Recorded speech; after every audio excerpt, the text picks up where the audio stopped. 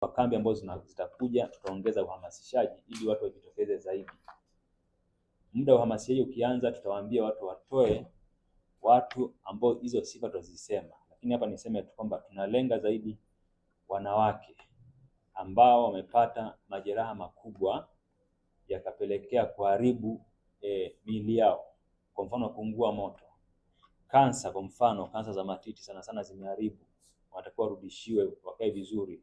Lakini pia waliobakwa na kuharibika wanahitaji huduma za kibobezi. Ili mpaka sasa zaidi ya watu 300 wameshapata huduma hizi, na upasuaji rekebishi unahitaji gharama kubwa, gharama ya fedha, lakini pia namba 2 unahitaji muda mrefu ili matibabu yaweze kufanyika. Kwa mtu anaweza kafanywa kambi ya kwanza kafanyiwa huduma isikamilike, akahitaji aende kwanza apone, afu akija tena mara nyingine waje wamalizie ule upasuaji, na wakati mwingine wengine mpaka mara 3 wanahitaji kambi 3 ili waweze kukamilisha. Kwa hiyo kutokana na hiyo gharama zinakuwa ni kubwa sana. Sasa faida kubwa ambayo tumeipata kutoka kwa wageni ambao wanakuja kila mwaka na wanakuja kwa idadi kubwa ni kwamba wameweza kutuletea utaalamu huu kwa wataalamu wetu, ambao imepelekea sasa mpaka sasa hivi Tanzania tuna idara katika hospitali ya taifa Muhimbili ambayo tayari ina mabingwa na wanatoa huduma hizi kwa kiwango kizuri, na tuna mabingwa jumla 13 sasa hivi ambao ni mabingwa wa upasuaji rekebishi.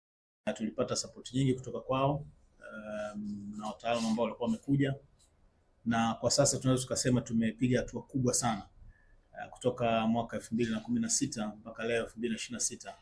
At least tunaweza tukajivunia kwamba tuna wataalamu zaidi ya 13 mpaka sasa tunaongea, plastic and reconstructive surgeons ambao wako hospitali tofauti tofauti nchini, na kadri siku zinavyoenda chuo chetu cha tiba Muhimbili MUHAS kimeanzisha hii course kuanzia 2019 kwa kushirikiana na wadau tofauti ambao wengine walikuwa wanakuja katika hii program, na tumeweza kuanzisha hiyo program kwa ajili ya kutrain surgeons, na sasa tunaweza tukajivunia kwamba tunazalisha wataalamu hao hapa nchini, na baada ya muda miaka 5-10 ijayo tutakuwa na wataalamu wengi ambao wataendelea kwenda sehemu tofauti nchini kuweza kutoa hii tiba.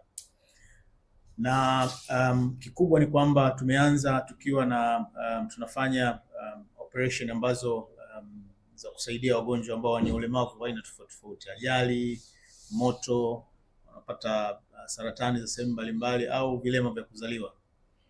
Na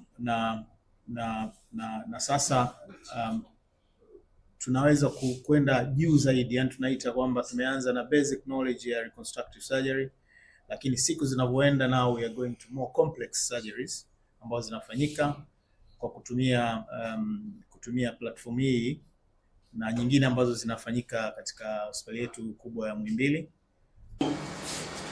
Dhumuni haikuwa tu kufanya kambi, kuja kufanya upasuaji na kuondoka. The aim and objective of this camp was to come and also do capacity building. Ilikuwa ni kuwajengea uzoefu na kuwajengea capacity wa Tanzania ili kuweza kuendeleza hizi upasuaji ambapo hawa madaktari hawapo. Na of course tumeweza kushirikiana na Muhimbili hospitali, na katika miaka hii 10 partnership yetu haijaishia tu kwamba ni sisi RWI, Muhimbili National Hospital na wizara, bali tumeweza pia kuleta madaktari kutoka Bugando na kuwaleta kutoka Mnazi Mmoja Zanzibar, na pia kushiriki katika kambi hizi.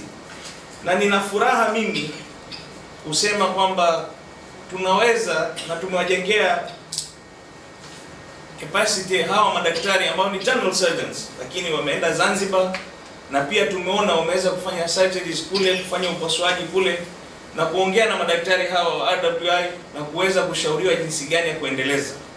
Pia tulikuwa na Dr. Frank ambaye alikuwa katika kambi zetu na sasa ni plastic surgeon, na mwaka jana Dr. Nyembea pia ameniambia mgeni wetu rasmi kwamba ameweza kwenda Mwanza na kufanya upasuaji. Hii ndio dhumuni, na ndio maana mtaona katika upasuaji we don't deal only on numbers cases tulizofanya, bali tunaangalia pamoja na mafundisho tuliyotoa kwa madaktari wetu wa Tanzania.